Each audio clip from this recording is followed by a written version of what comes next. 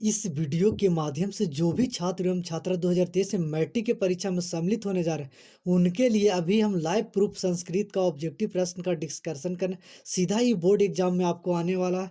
देखिए हम आपको बताते हैं। प्रश्न संख्या 1 से 100 तक प्रत्येक वस्तुनिष्ठ प्रश्न के साथ 4 विकल्प दिए गए हैं, जिनमें से कोई एक सही है। इनमें 100 प्रश्नों में से किन्हीं 50 प्रश्नों का उत्तर देना। साफ साफ बताया जा रहा है 100 आपको वस्तुनिष्ठ प्रश्न दिया जाएगा, जिसमें से 50 प्रश्नों का उत्तर देना। अगर ज़्यादा प्रश्न का उत्तर देते हैं तो 50 को ही जांचा जाएगा। साफ साफ बताया जा रहा। देखिए मथ प्लस कत्वा में कौन सा अवयव होगा, तो इसका देखिए मथनम होगा आंसर। सर्वदा में कौन सा तद्धित प्रत्यय है, तो दा प्रत्यय है, इसका ये होगा। रजका का स्त्री लिंग रूप क्या होगा, रजकी। अरोनियाम महानियाम पदांश के रिक्त स्थानों में कौन सा पद होगा, तो इसका आंसर होगा जंतो। मंडलम पाठ किस मंत्र से है, तो इसका आंसर होगा 10। पटना में हमेशा युद्ध और आग बाढ़ का भय होना किसके द्वारा कहा गया था, भगवान बुद्ध के द्वारा। साफ साफ बताया जा रहा है। काव्य मीमांसा के कवि कौन हैं, तो राजशेखर जी इनका कवि है। अलस पाठ के किस ग्रंथ से संकलित है, पुरुष परीक्षा से। अलस कथा कैसी कथा है, हरास कथा।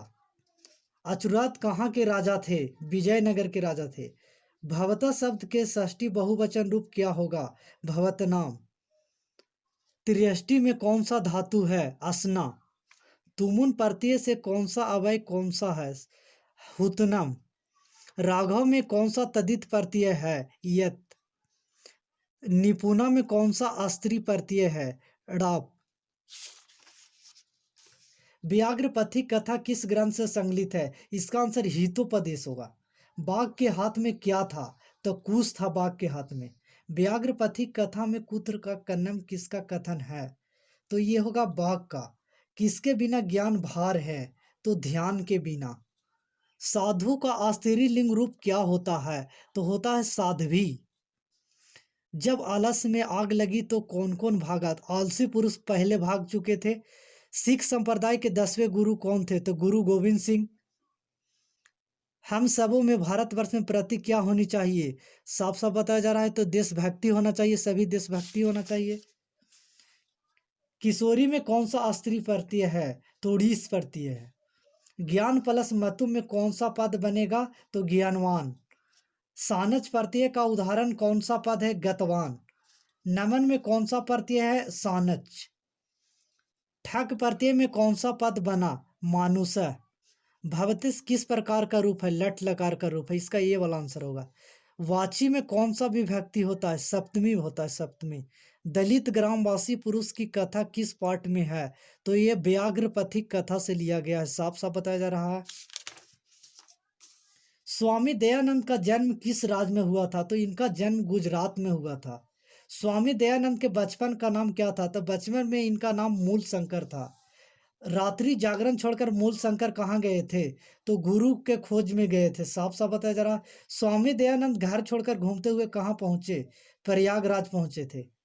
डीएवी की स्थापना कब हुई थी, तो इस देखिए ऑप्शन में नहीं दिया गया है, लेकिन 1 जून 1886 ईस्वी को किया गया था। मंदाकिनी का अर्थ होता है गंगा का नदी। मंदाकिनी वर्णम पाठ में कहाँ की गंगा की वर्णन किया है, तो इसमें चित्रकूट की वर्णन किया गया है। मंदाकिनी पाठ के कवि कौन है, तो वाल्मीकि जी कवि हैं। राम ने विशाल से किसको संबोधित किया है, सीता को। अंत्येष्टि संस्कार कब होता, अंतिम संस्कार कब होता है, तो मरणोपरांत के बाद अंतिम संस्कार होता है। जन्म पूर्व से कितने संस्कार होते हैं, यानी 5 संस्कार होते हैं। समांतर संस्कार का उद्देश्य क्या है, गृह से गृह जीवन के प्रवेश करना, इसका आंसर होगा। किस संस्कार के साथ लोग वास्तविक गृह जीवन में प्रवेश करते हैं, तो विवाह में। नीति श्लोका पाठ किस ग्रंथ से संकलित है, विदुर नीति से। विद्या की रचा किसे कहती है, सत्य से, सत्य से। नीति श्लोका पाठ के आधार पर सुख देने वाली क्या है, धर्म। नीति श्लोका पाठ में कितने श्लोक हैं, 5। राम प्रवेश राम का छात्र नाम अध्ययन तप से का उद्देश्य क्या है, गुरु। राम प्रवेश राम का जन्म किस गांव में हुआ था, भीखन टोला में। ये आधारित प्रश्न बोर्ड एग्जाम में आपको सीधे आने वाला है, इसको आप लोग जल्दी जल्दी से रट लीजिए। मेरा अगर वीडियो अच्छा लगा हो तो मेरा चैनल को सब्सक्राइब करें। ओके, धन्यवाद।